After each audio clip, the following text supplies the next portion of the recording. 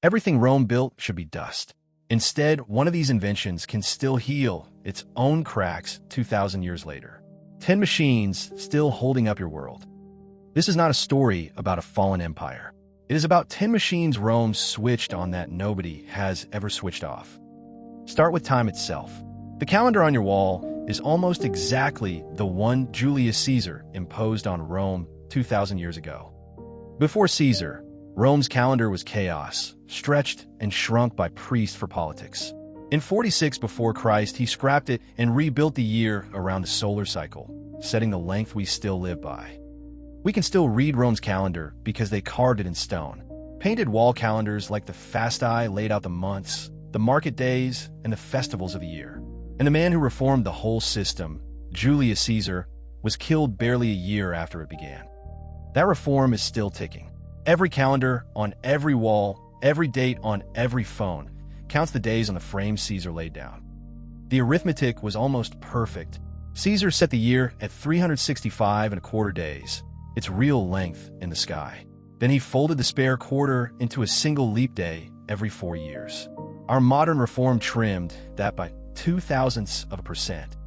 Here is the problem the calendar had to solve. The Earth takes slightly more than 365 days to circle the sun, about a quarter day over each year. Ignore that, and the seasons slowly drift apart. So Rome banked 4 quarters and spent them as one leap day. When the world counts down to midnight on the 31st of December, it is keeping a Roman appointment. You're probably holding this one right now.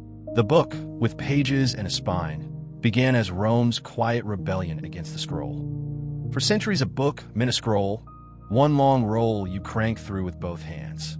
Rome cut the roll into flat pages, stacked them, and stitched a single edge, and the object in your hand was born. The idea grew out of the office. Roman clerks laced wooden writing tablets together along one edge, a little stack you could flip. Scale that up in parchment, and you get the Codex, the format every printed book and every glowing e-reader page still imitates. The shape stuck. A paperback, a hardback, a hymnal, a passport. All of them are codices, pages bound at the spine. The scroll had ruled for 1,000 years, and Rome quietly retired it. The new Codex bound flat, leaves along a single spine. Now a reader could write on both sides of a leaf and flip straight to any passage instead of unrolling 10 feet of papyrus. The scroll had 2 weaknesses. You could only write on one side, and to reach the end you had to unwind the whole thing. The Codex fixed both. Bound leaves gave you both sides of every page and let you flip directly to whatever passage you needed. Even your e-reader pretends to turn pages, a glowing ghost of an idea 2,000 years old. Romans walked barefoot on warm stone in midwinter. And stranger follows, because one of these is a sewer so well built it still drains the city after 26 centuries. The Hypocaust turned an entire room into a radiator. A furnace outside fed hot gas into a hollow space under a raised floor, and the warmth soaked up through the stone. It is the same principle as the heated floor in a modern bathroom. Walk into the ruins of a Roman bath and look down. The paving is gone, and beneath it stands a forest of little brick pillars. Hot air from furnace once flowed through that gap, warming the baths and the rooms above from the ground up. We never dropped the idea. Look under a new heated floor, and you will find pipes doing exactly what Roman air ducts did. Under the floor ran a hollow world. Vitruvius set the standard, little pillars exactly 2 Roman feet tall holding up the paving, with a furnace outside pushing hot gas between them. Above, the bathrooms held a steady warmth of around 30 degrees, while snow fell outside. The trick was to make the whole room a radiator. A furnace outside burned wood and pushed its hot gas into the empty space beneath the raised floor. From there, the heat rose through hollow flues buried in the walls, warming the surfaces on every side. A thermal camera shows the warmth spreading up from below, the same gentle radiant heat a Roman would recognize instantly. Look out any apartment window, and you are living inside a Roman idea, born in the most crowded city the ancient world ever built. Rome packed roughly 1 million people inside its walls, and it housed them by building up. The Insulae was a rental block of flats stacked over shops, the great-grandparent of every apartment tower in every crowded city today.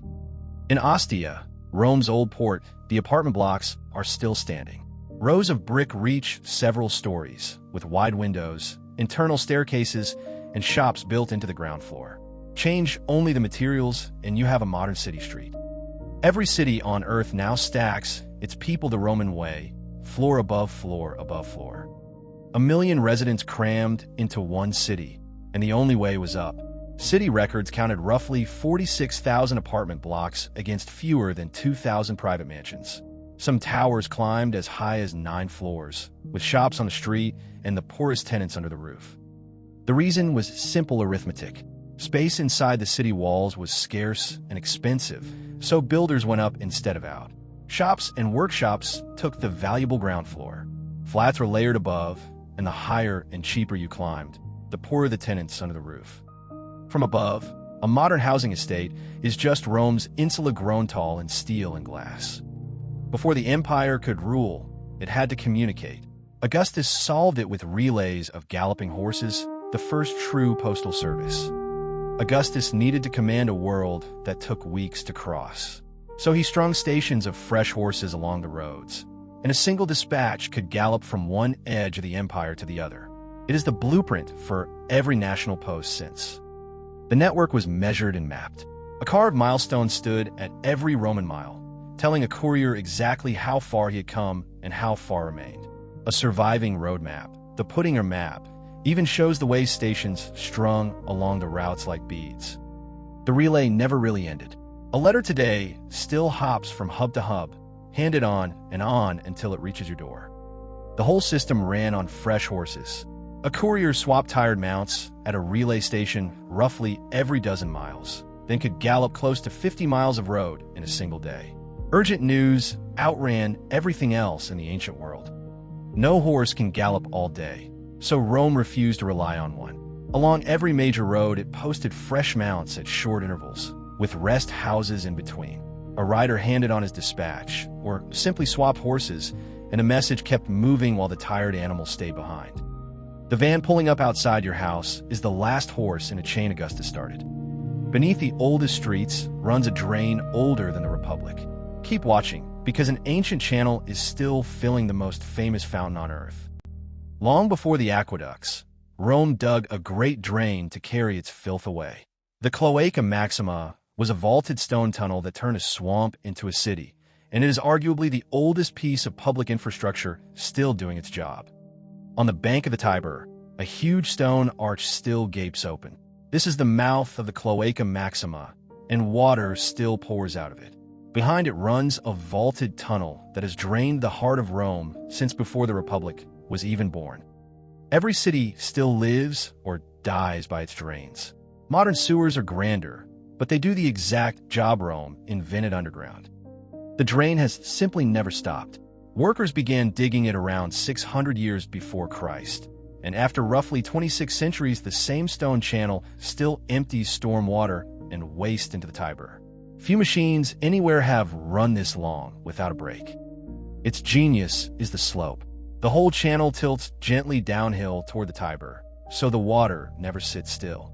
That constant flow scours the walls and carries the waste away, while the heavy stone vault overhead has held up the streets of Rome for millennia. Rain still vanishes into pipes and tunnels beneath our feet, out of sight and out of mind, exactly as intended. 80,000 kilometers of stone, surveyed dead straight across 3 continents. Rome's roads decided where Europe's highways would run, and they still do. A Roman road did not wander. Surveyors drove it straight across the landscape, cutting through hills and bridging rivers, so armies and traders could move at a pace the world would not see again for 1,000 years. The Appian Way still runs south out of Rome on its first stones.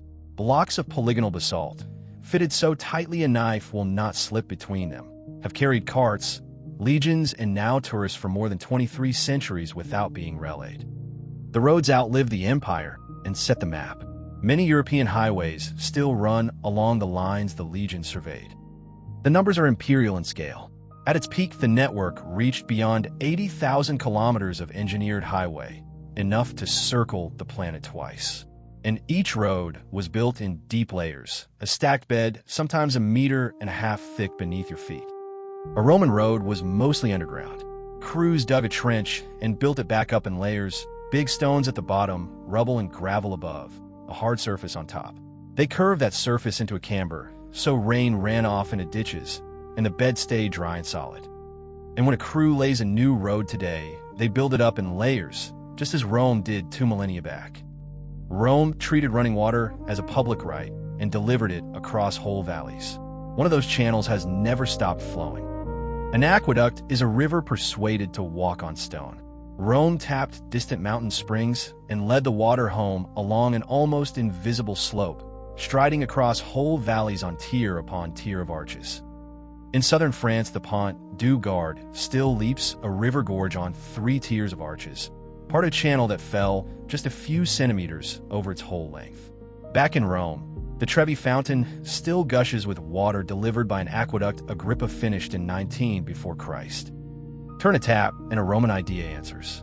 Clean water, delivered to a whole city as a public right, began right here. Water arrived by gravity alone. 11 great aqueducts fed the capital, engineered so finely that the channel across the Pont du Gard drops barely 2.5 centimeters from end to end. Together, they poured a river into Rome every day without a single pump. There are no pumps, only patience and surveying. From a spring in the hills, engineers set an almost imperceptible downhill slope and held it for miles. Where the ground fell away, tall arcades carried the channel across the gap, so the water kept sliding gently toward the city the entire way. The plumbing is new, but the promise is ancient, water on demand for everyone who lives inside the walls. A curve of stacked stone holds up almost everything you build, and the finale is a material so strange that scientists only decoded its secret recipe in 2023. Stack stone into a curve, and something magical happens. The weight that should crush it instead locks it together. Rome mastered the arch, then spun it into the dome, and with those 2 shapes it learned to roof enormous spaces in stone. Step inside the Pantheon, and a single dome of concrete 43 meters wide floats overhead. Open to the sky, through a round eye, the oculus. That same wedge and keystone logic props up every Roman bridge, and later, every bridge you have ever crossed. Look at any bridge, and you'll find the arch. It carries the load down its curve into the ground, just as Rome worked out. It has stood through everything. The Pantheon's dome spans 43 meters of unreinforced concrete, and after roughly 19 centuries, nothing built since has matched it. Every arch you drive under borrows the same trick the Romans perfected. The secret is compression.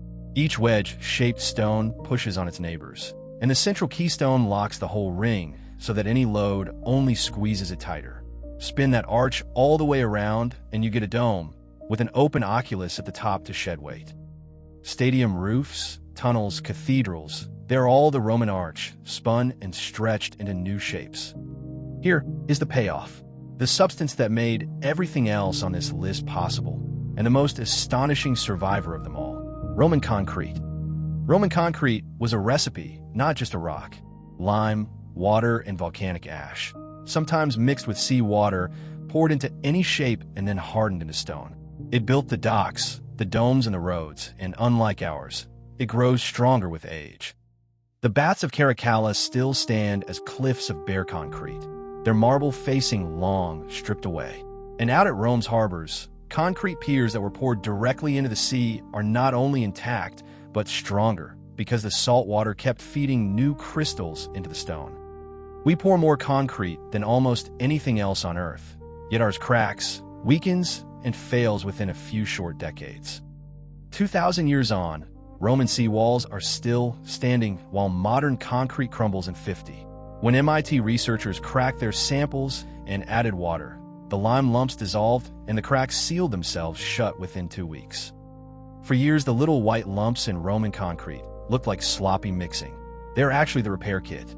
When a crack opens and water trickles in, a nearby lump dissolves, then recrystallizes into hard new mineral that fills the gap and seals the crack before it can spread. Now engineers are copying Rome's recipe, chasing a concrete that can survive the centuries and quietly mend itself. 10 machines, built by an empire that fell 15 centuries ago, and not one has stopped. Rome is under your street, over your head, inside your phone. Next, how a medieval city actually worked. Subscribe and keep the countdown going.